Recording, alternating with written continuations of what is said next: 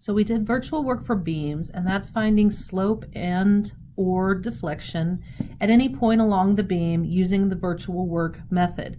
We can do the same thing with trusses. So we can find the deflections for any joint due to load or temperature or a fabrication error.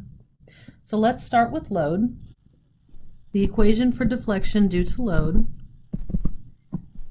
is the sum of the actual loaded truss internal force, the virtual truss internal force, the length of the member all over the cross-sectional area of the member, and the modulus of elasticity. The equation for virtual work, if there is a temperature difference, is that deflection is equal to the sum of the virtual member force, the coefficient of thermal expansion for the material type, the change in temperature, and the original length of the member. This hopefully looks very similar to what we saw in solids with axial deformation due to temperature. And last, if we have a fabrication error, then our deflection is going to be a sum of the member force under the virtual load and that fabrication error length. Sign convention is important. So something is going to be positive if it is in tension, if it experiences a temperature increase,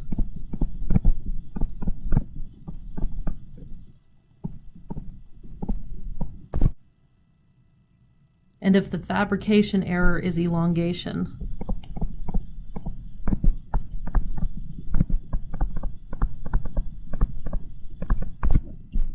We are going to be negative if we are in compression. If we have a temperature decrease.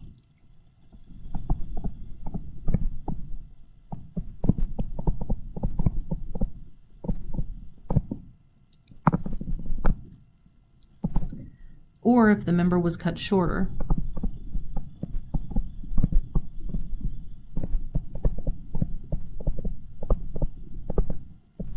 We are given this truss where all joints are pin connected. It's 48 feet wide and 40 feet tall, and we want to find the horizontal deflection of joint B under this load, and if members CD, ED, BD, and AD experience a temperature decrease of 120 degrees Fahrenheit. All members have the same cross section, are made of the same material. So we have two things causing deflection. First is force. So we're going to need the NNL over AE. And then the second one is temperature. So we're going to need alpha NL delta T. Using method of joints, I find all the forces in my members. Now that I have all my member forces using method of joints, because I need every single member, I'm going to do my virtual truss. That's my little n values. My virtual truss has the same supports and the same dimensions as my actual truss, but I'm going to load it with my virtual load, and I'm looking for the horizontal deflection at joint B, so I'm going to put a horizontal unit load at joint B.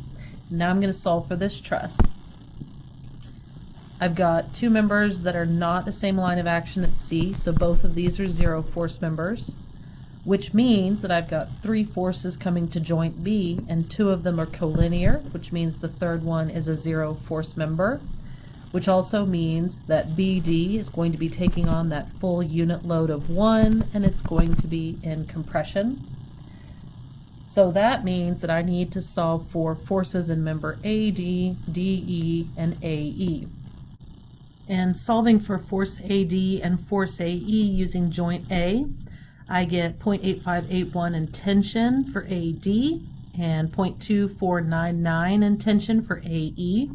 That just leaves member DE, and you'll see down here that I summed joint E in the Y direction and got 0.486 in compression for that one. So I have all of my virtual reaction forces. I have all of my loaded reactions, so I can plug this into my equation now and get my deflection due to force. I find that a table works really well in this case. So my first column is the name of the member. Next column is the actual internal forces due to the original load.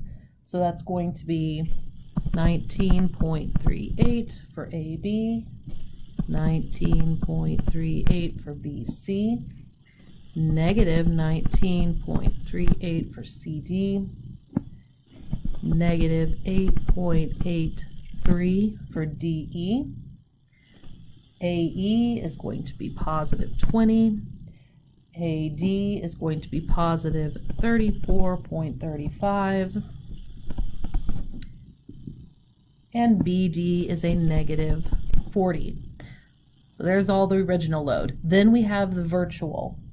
Virtual AB is equal to 0, BC is equal to 0, CD is equal to 0, DE is negative 0.486, AE is positive 0.2499, AD is positive 8582,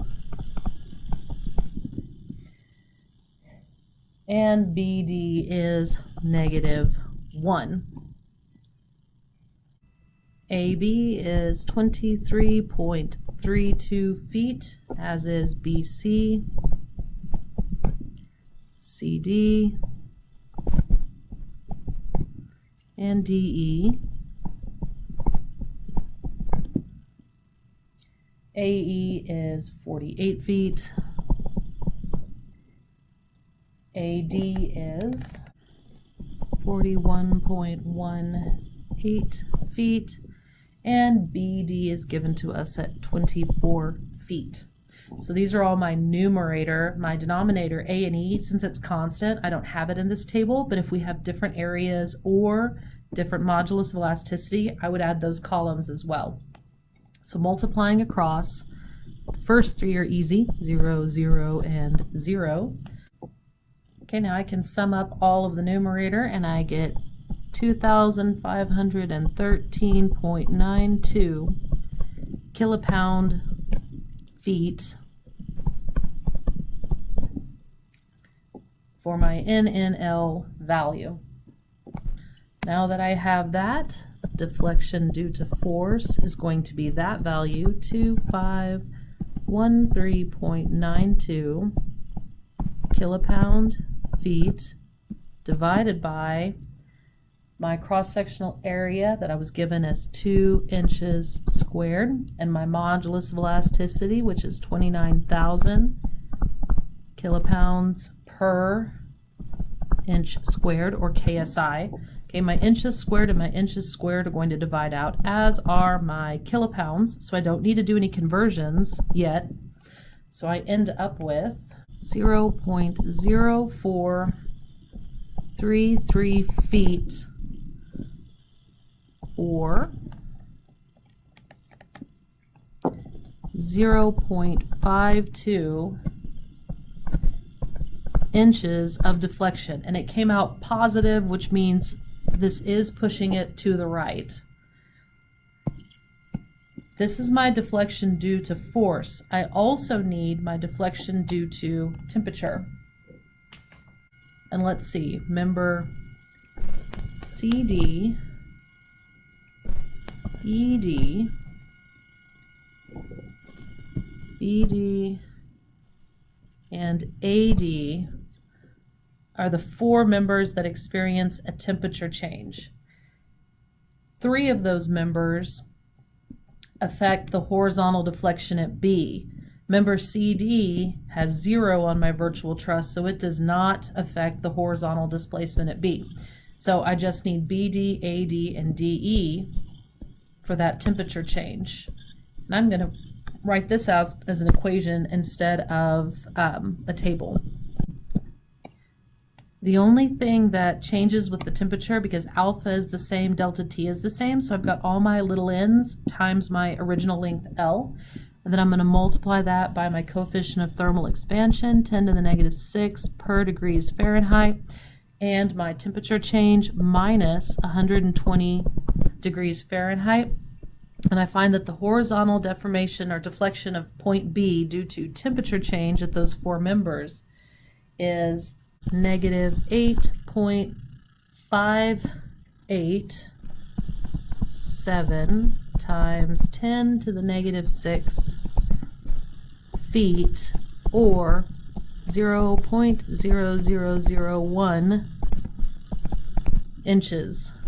Okay, not a big change. Also, the negative sign means that it is actually deflecting to the left instead of my assumed direction to the right due to temperature. Okay, so that means my total deflection, horizontal deflection at B, is equal to the 0.520 due to force minus the 0.0001 due to temperature, because they're acting in opposite directions, and I have a total horizontal deviation of point B to be 0.520 inches to the right. I know it's not a big change due to temperature, but we did consider it. After I released this video, one of my totally awesome students noticed that I made a typo error that I carried throughout mathematically on my truss. So let's get that fixed. This value right here should be 38.873 in compression,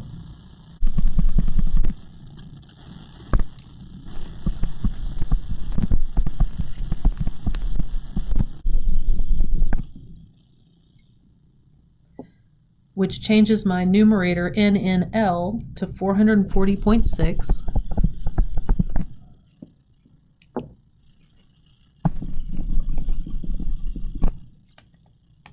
So my summation is now 2,854.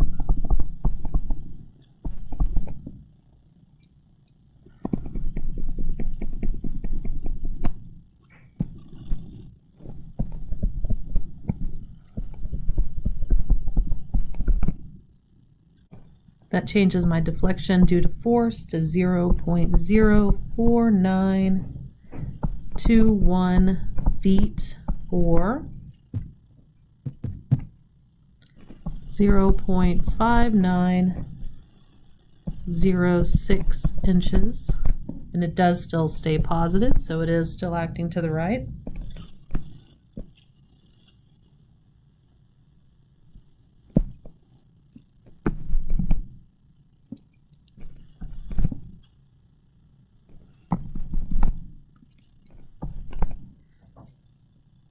And updating my total horizontal displacement at B, I get 0.59 inches to the right.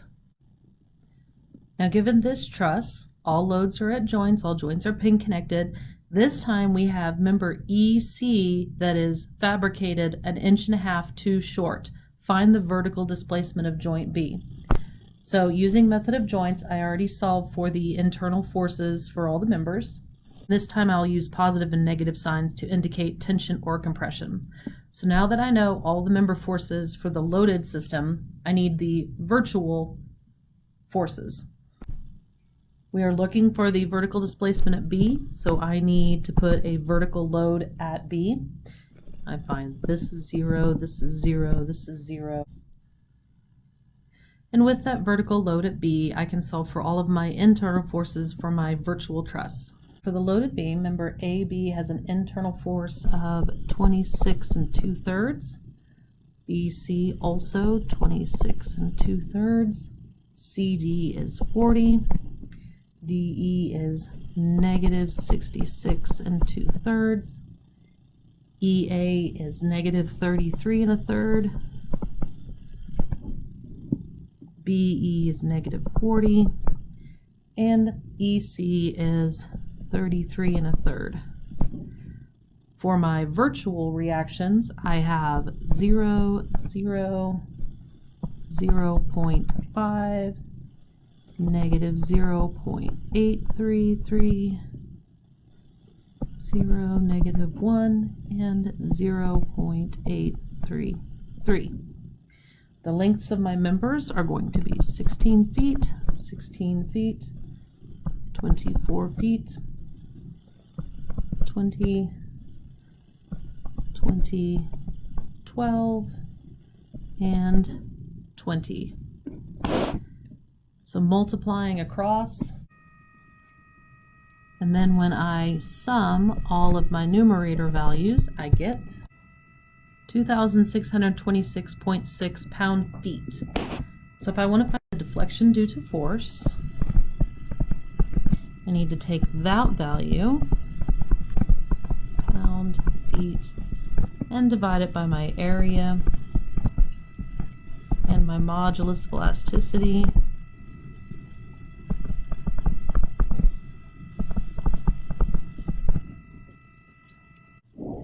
Sorry, looking into my conversions, I realized I wrote down pounds instead of kilopounds. So my inches are going to divide out, my kilopounds are going to divide out, and I am left with a vertical deviation at B due to force of 0.0302 feet, or 0.362 inches. I did end up with a positive answer, which means it is deflecting down. Now this is due to force. We also have a fabrication error. So deflection due to fabrication error is going to be that change in length minus 1.5 inches times the virtual load of the member it affects, which is EC, 0.833, and that's positive because it is in tension. And I get a negative 1.25 inches. That negative means that it is in fact deflecting opposite of my assumed direction, which is up. So my vertical deflection at B is going to be 1.25 inches minus the 0.362 inches, which is a total deviation of 0.888 inches up.